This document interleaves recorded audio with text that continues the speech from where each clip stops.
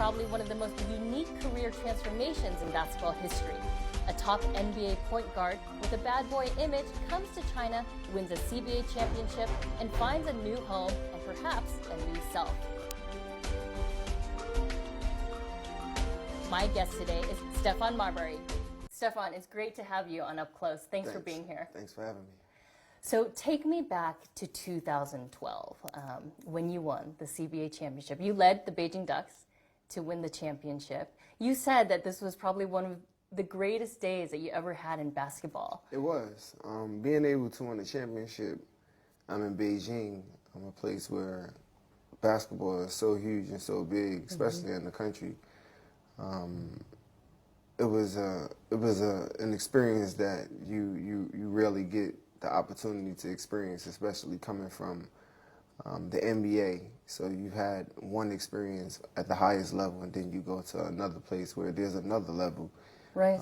And the inclination of it inclining and becoming one of the prominent leads in the world in the CBA, and being a part of it, and to do it in the capital of China, it was kind of amazing. You were super emotional. Yeah, I was. I mean, you don't get an opportunity to do what I've been able to do in such a short amount of time. So for me, being able to have that opportunity to be able to play basketball here in China and to win a championship in Beijing, the first championship ever here. For the Beijing Ducks. For the Beijing Ducks. I mean, it's only two other teams who've won championships in the CBA, and to be a part of that, you know, making history, it was kind of cool. I'm guessing it must have been nerve-wracking for you, though, because Game 5, 1 minute left in the game, it's tied. And you fouled out. Yeah. You had been leading the team the whole season, not just that game, the whole season. You had over 40 points in that game. When you fouled out, what did you think? You're like, the game's tied. I couldn't believe it. But I had confidence. I had confidence in my teammates. We prepared for those moments. And by us working hard throughout the whole year and preparing from the beginning of the year to win the championship, it showed who we were as a team. Yeah, you set out that season to topple the giant. You know, you joined the Beijing Ducks because you wanted to basically unseat the current champions, which were Guangdong. Exactly. And you accomplished that. Yeah, it was a challenge at hand because those guys are good. As you see, they came right back strong the following year and they won the championship. But playing against those guys, for our group of guys, it was a great challenge. It challenged us mentally, physically, and we had to go deep within ourselves to beat those guys. Sure. So then tell me about this year. How disappointed? What happened this year? I mean, you got very close. I mean, we didn't accomplish the goal. You know, we didn't come up the way how we were supposed to. We didn't make the plays that we made the following year. We just didn't do the things that were needed. You know, Shandong, they played extremely well together. You know, people who try to say, oh, they had 3 foreigners, I really don't look at it as them having 3 foreigners. I look at it, they were the better team than us. They played better. They did the things that were needed in order to win. So there are a lot of things to think about for next season. Oh yeah, definitely. we're definitely preparing for next year. But it's still been a very good year, and I want to say particularly for you, because ever since that 2012 championship win, I mean, you have created this incredible bond with the Chinese people, and specifically also with the Beijing people. I've been regularly following you on the Weibo, which is Chinese Twitter, and the interaction that you have with your fans. I mean, it's something that most fans, they don't get a personal note from Stephon Marbury every day. I mean, it's fun being able to interact with the fans here in China, let alone in Beijing. Anytime you can be a part of the social movement and what's going on in the social network, it's not being first to market, it's just being the person that's doing the things that other people aren't doing. You know, I started talking on Weibo when I first came to China. It was an outlet to be able to reach out to the people and allow them to know who I was, you know, without anyone else letting them know who I was. And it's been great being able to communicate with the fans. You're taking the subway. You still take the subway sometimes? I haven't taken it in a while, but yes, I did it. At first, it started out as a bet, and then I started to like doing. I started to like it. Yeah, it started out with a bet that I couldn't take it 3 straight days. So then once I did that, How much did you win in that bet? I don't even think I got paid yet. But it was more so, for me to basically get mixed into the culture of Beijing and understanding the people and them understanding me. And about food. I mean, you're posting about food. How Chinese have you become over the last 3 years? You're eating hot pot. I mean, I eat all of I love the Chinese food. I mean, when I first came here, I was like, there's a fish on the table this big, and it's just sitting there with the head and the chicken head inside. The eyes are there, yeah.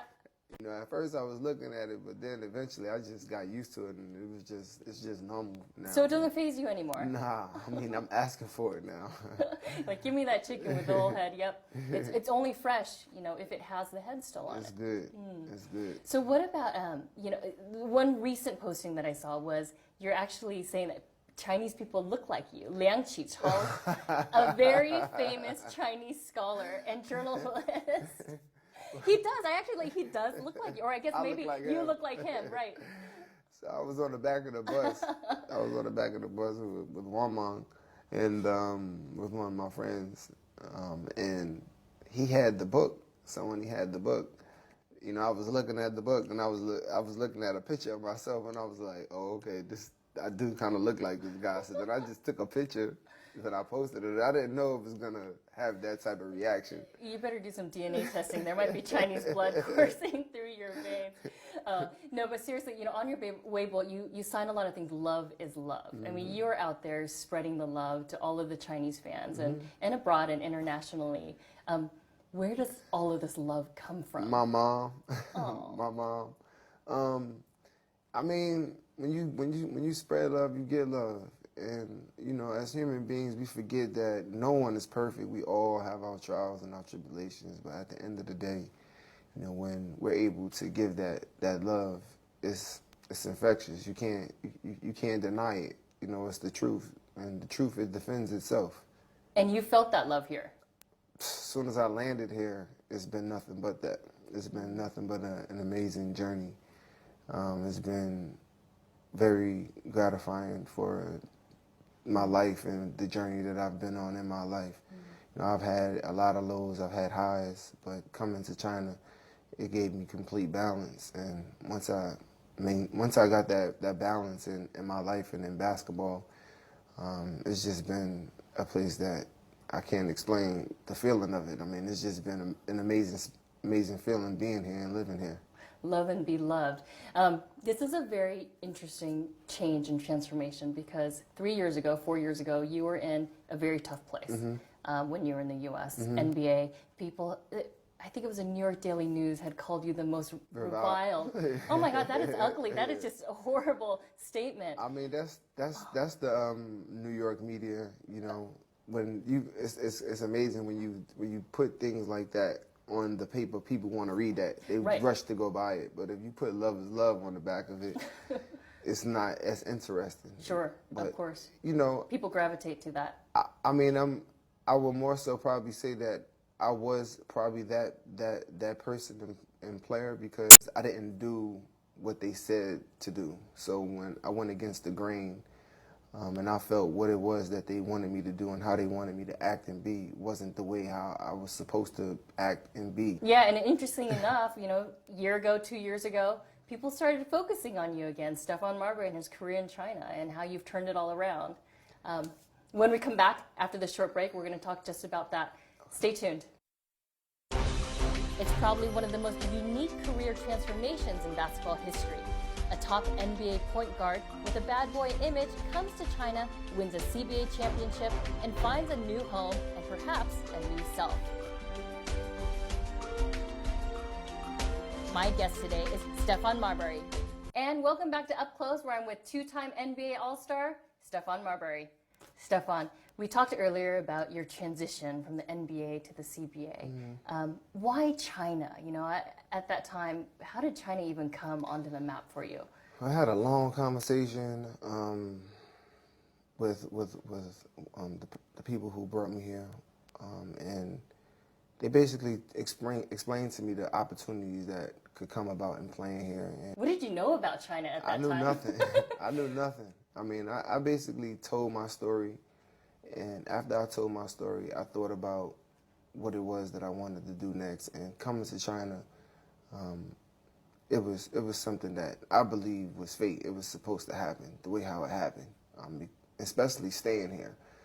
Because I only came for 2 months when I came at the beginning, and then I had to make a decision, and if I wanted to come back and stay, which I did. You know, it was coachly, it was shocking at first. Yeah, you were in Beijing. You were in Shanxi. You're in Shanxi. It's Taiyuan. It's different. But it was, you know what really, to be honest, it was, they showed so much love that I didn't even see that part or feel that part, especially coming from where I come from. I come from the projects, from the ghetto, so I've seen pretty much everything, you know, in growing up and living a life. So I've seen the good, the bad, I've seen the middle, I've seen it all. So, you know, when I got off the plane there and I saw all of the love that was given when I first landed, it just overwhelmed everything. It just made me have a feeling. It created a feeling within me that allowed me to feel the peace and the love, and it gave me a chance to see something totally different in coming to China. I'm just curious, when this idea first came into your head, what did your family think? Everybody, like, so, are you crazy? Everybody was just like, China, you know, like, China, like, that's far, you know, that's so far.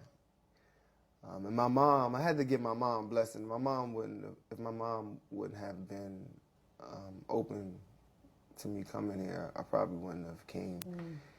But what did she say to you? She said, "Well, Stephon, God is everywhere, so I know that you'll be fine."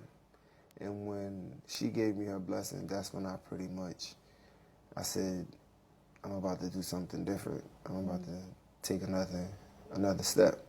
Because at that time, before I left, I was really depressed. I was down. I had just lost my dad. So, you know, I was going to retire.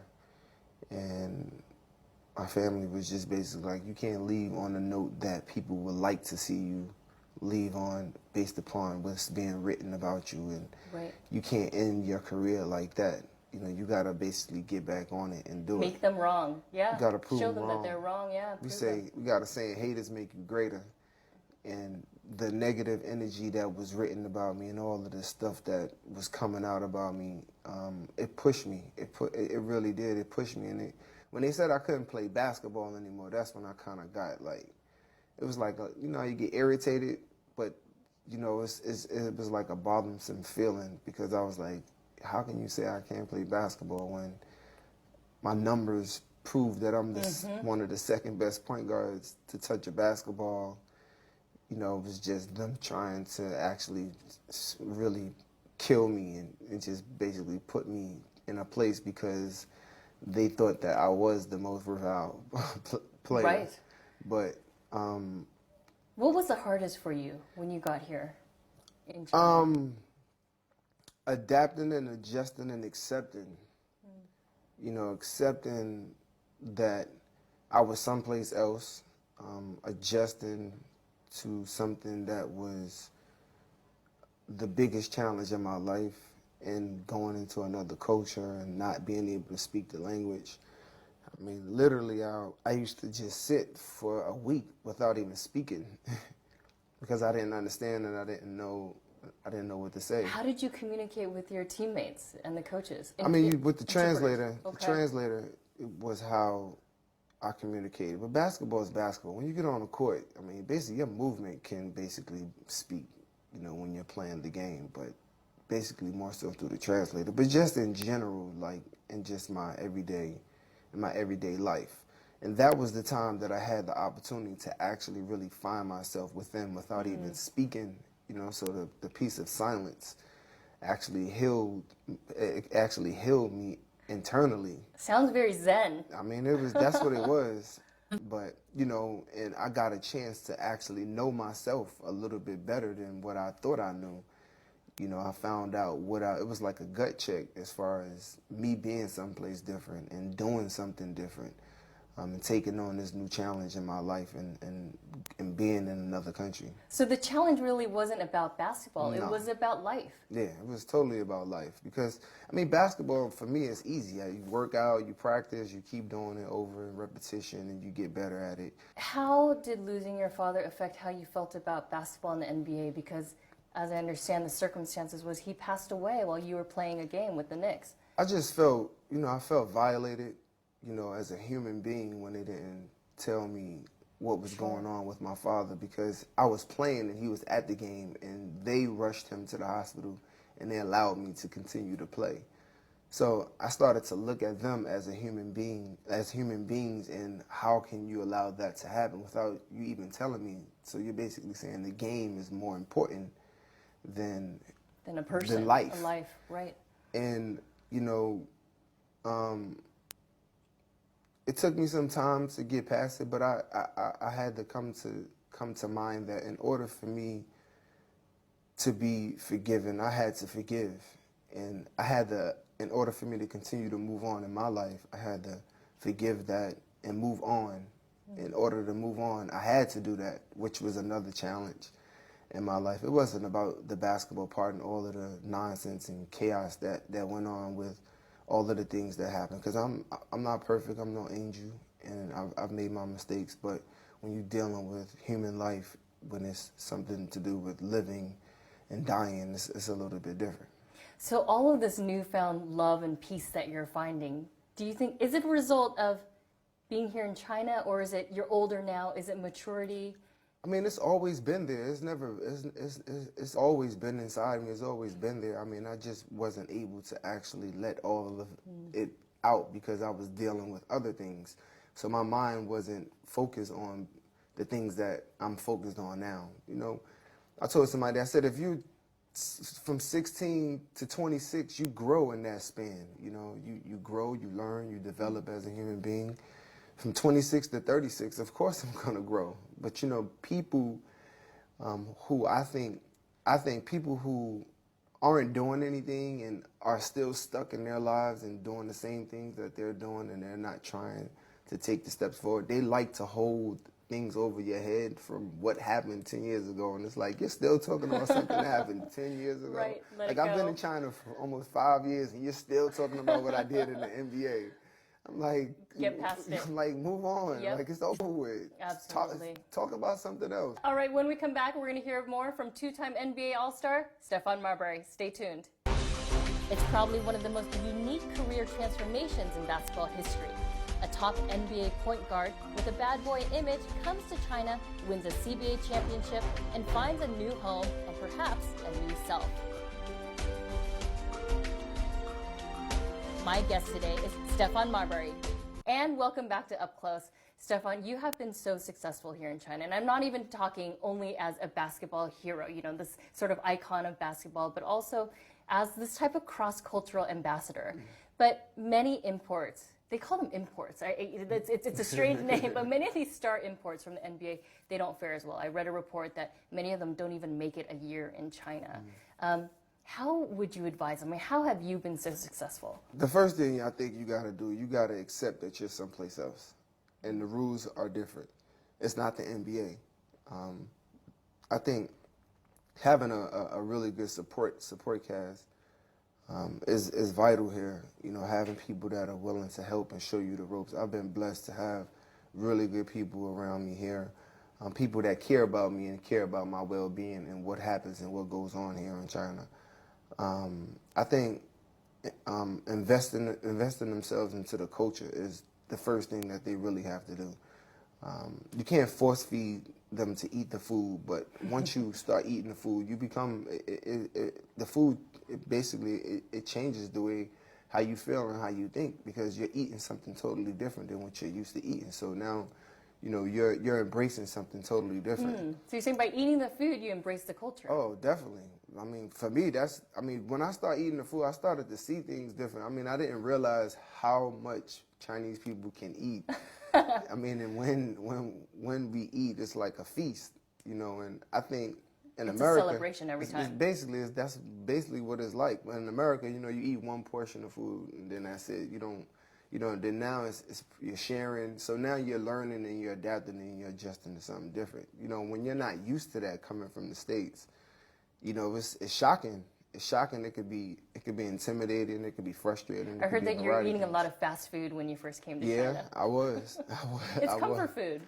That's what it was. I mean, because that's what I knew, you know, and I was going to what I knew. But then eventually, I think we were in Jiangsu province, and I was so hungry, and I was just tired of eating KFC. I was like, I can't eat that no more. I can't. I just can't put it in my system anymore. And then I just started to eat. I was like, I was hungry. I was like, I'm just going to eat. And I started eating, and then I started to go to other places, and I started to eat, and I started to eat in other places, other cities, and then it just started to become, what are we eating? Stephon? Well, all of them. I'm telling. When are we gonna eat? When are we gonna eat? Big news this May. Brittany Griner, she's going to be coming to play for the WCBA. What advice would you give her? I think she's gonna be fine. From what I've read, I read an article on her. She seems to be a free-spirited person. She seems to love the game. I think she'll be fine. It'll be a challenge for her, but I really think that she's gonna embrace and adapt and adjust to the Chinese fans. I think they're gonna love her. I mean, the way how she plays, and she's exciting. A girl who can dunk. I mean, that's crazy. You know, so You're gonna go and see if you can for sure. play a game of one-on-one with her? No, but I'm not gonna play a one-on-one. She might post me up, but I'm definitely gonna watch her play. Well, tell me about the CBA and playing for the CBA. Who do you think are promising players for the future? There are some guys who I think will be in the NBA. There's the big kid. I don't know his name. I don't know how to say his Chinese name. He plays for Fujian. He's gonna be probably the next big man to come out of China. You know, he won't probably has as much fanfare as Yao had, because when Yao came, it was something totally different. But you know, he has the ability to play at a high level. And what about for you? You know, I know you're going to be an assistant coach for the China national games. Is this the next career evolution for you? Yes. Coaching is definitely something that I'm going to be doing. People gave me the jewels of the game, so it's turning into the time period where I will be doing the same thing. I still have some more basketball in me, so after I finish playing basketball, I'm definitely going to be coaching. And you're unlike many other basketball players because you were engaged in philanthropy. I know you gave a lot of money to charity, and you also have your own line of clothing and basketball shoes, Starbury. Yes. How much involvement do you have in that now, and what are your plans for that? I'm very involved. Right now, in China, I've did a co-branding deal with 361. I was just recently in the Philippines speaking with people about doing some projects in the Philippines and also in Malaysia. So globally, I'm trying to basically continue to spread what it is that I built in the U.S. and have it in the continuous, because it's something that's really positive. It gives people an opportunity to buy things at an affordable price. So creating access for all is something that I truly believe what my brand, what it does, and having an opportunity to be able to do it here has been great.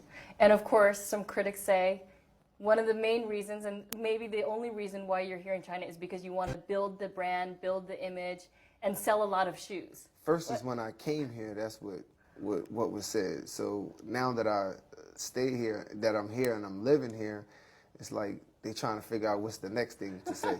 You know, I made it clear when I first came here that I wanted to play basketball and I wanted to try to build my brand.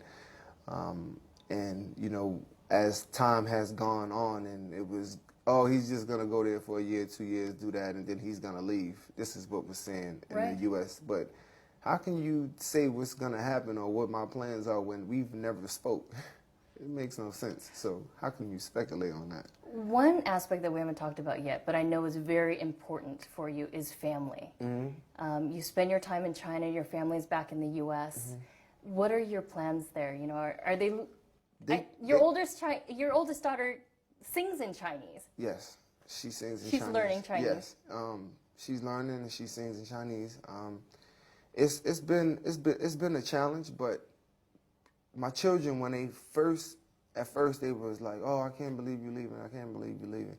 But then when they came and then when they visited Beijing recently, the last time I took them to see the statue, and when I took them to see the statue, my kids was like, oh, okay, Daddy.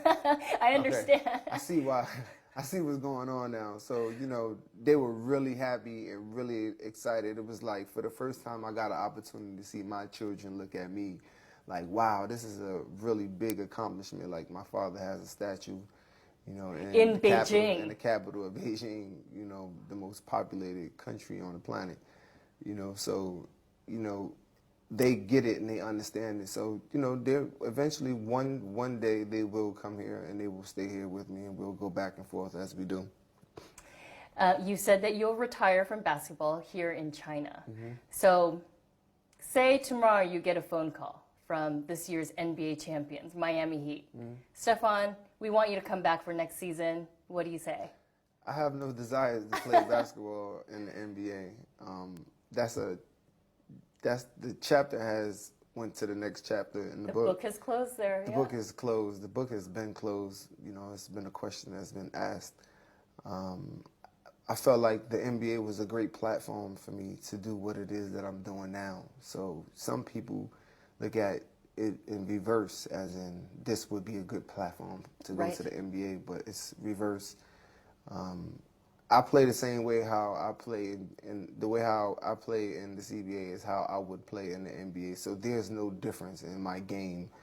Playing basketball here has been refreshing. It's been refreshing because it's not even matured yet, because it's only 18 years it's been in existence. You look at the NBA, it's been in existence over 70 years. So being a part of something from basically the ground floor and people understanding that I want to be a part of it is kind of pinnacle. All right. Well, we look forward to many more years of you playing basketball for the CBA, coaching, and also riding that subway. You never know. You might catch me. All right, Stephon. It was such a pleasure to have you here on Up Close. Thank you so much. Thank you for having me. And thank you to our viewers at home for tuning in. We'll see you next weekend on Up Close. Bye for now.